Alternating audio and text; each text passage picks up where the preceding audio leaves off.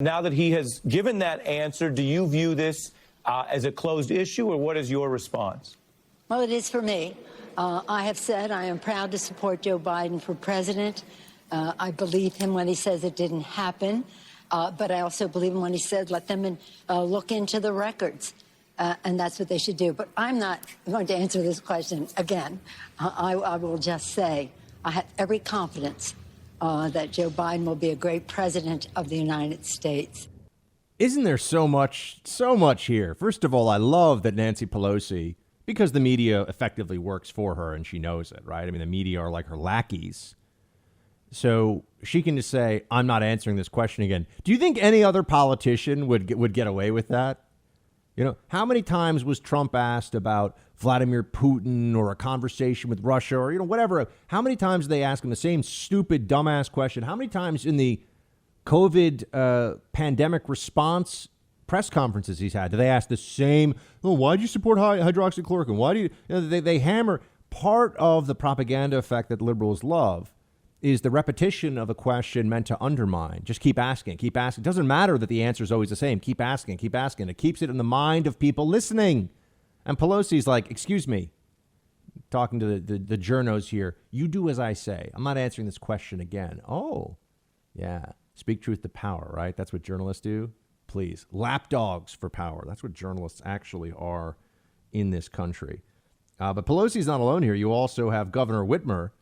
It's gone from believe women, that was the Democrat standard under Kavanaugh, to now believe Biden. They have a believe Biden standard. Oh, that's very convenient, isn't it? Very convenient indeed. Play 10. I do believe that women should be given space and they should be listened to. But I also know that it's incumbent that we vet thoroughly. And in this moment, I think under these circumstances and in the conversations that I've had with the vice president, I am confident that he is who he says he is, and I believe him, and I believe that he will be a good president for the United States of America. And beyond that, I don't know that there's much more that I can add. I believe him. End of story. Oh, okay. Well, I'm glad that there's no longer this believe women standard. Now that's I'm going to say this, and I give Tucker credit for on his show last night. Some of you have probably figured out the only cable news show that I make a habit of I don't watch any cable news show every day, but the only cable news show I really make a habit of watching is Tucker show on Fox, because I think he's been hitting home runs with the monologue night after night for really most of this year.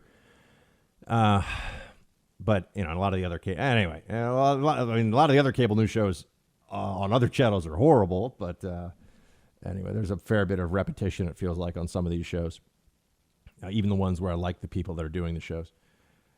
So Tucker was saying that, look, we should look at the evidence, right? An evidence-based standard would be really nice here. Let's assess this like reasonable people. Does Tara Reade, is it an open and shut case against Joe Biden? No, it's not. See, we conservatives, we have principles, so we can have real discussions about this. I'm completely willing to give Joe Biden the benefit of weighing facts, weighing the allegations, looking at the inconsistencies as they are in Tara Reade's story, or the holes, the problems, the possible political motivations. But you see, this is the way it should always be. And the problem that we're having right now in this particular moment is that the consensus of the progressive left has been that women are to be believed irrespective of whatever the facts may be, irrespective of facts contrary to the veracity of their allegations or the facts that undermine the truthfulness of their allegations.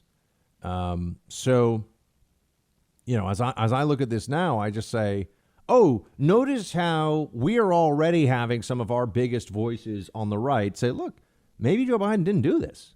And I'll tell you that right now. I think that's true. I've thought that's possible all along. It's a credible allegation, but that's not the same thing as saying it's a true allegation.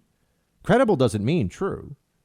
This is what liberals played all these games, though. They were changing the standards all the time. Credible does not mean true. And we should be able to look at this and come to a determination about whether Joe Biden is fit for office based upon whether Joe Biden seems to be guilty of having committed this offense.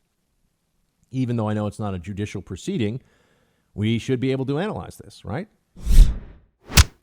Hey, Team Buck, thank you so much for watching The First on YouTube. If you like this video, please click that little thumbs up button so then it will log as liked. And also, if you want to see more great content from The First, please click subscribe.